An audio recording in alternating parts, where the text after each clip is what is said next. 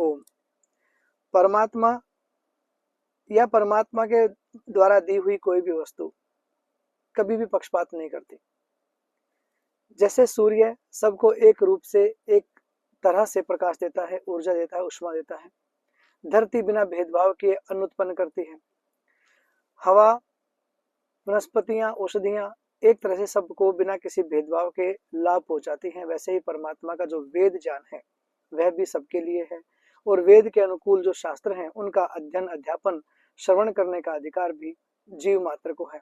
यदि ऐसा न होता तो जिनको आप अछूत मानते थे या ऐसा सोचते हैं कि ये तो इस कुल में उत्पन्न हुआ, इस गोत्र में उत्पन्न हुआ है, तो उसको शास्त्र पढ़ने का अधिकार नहीं, मंत्र सुनने का अधिकार नहीं, तो ये व्यर्थ की बातें हैं। क्योंकि परमात्मा ने सबको आंखें दी हैं, इसीलिए दी हैं ताकि हम पढ़ सकें, हम देख सकें, हम सुन सकें, इसलिए कान दिए, हम विचार कर सकें, इसलिए बुद्धि दी।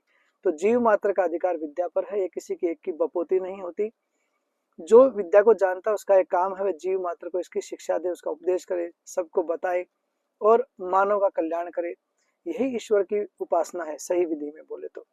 जहाँ आप नर की उपासना करते हैं, नर की सेवा करते हैं, नर के पास जाते हैं, मनुष्यों के पास जाते हैं, जीव मात्र के पास जाते हैं, वह कल्याण की बात सोचते हैं, तो यही परमात्मा का एक आदेश है कि आप सब संगच्छध्वम संवदध्वम समो मनांसि जानताम देवा भागम यथा पूर्वे संजानाना उपासते। आप सब मिलकर चलो, मिलकर रहो, मिलकर उन्नति करो, एक होकर रहो।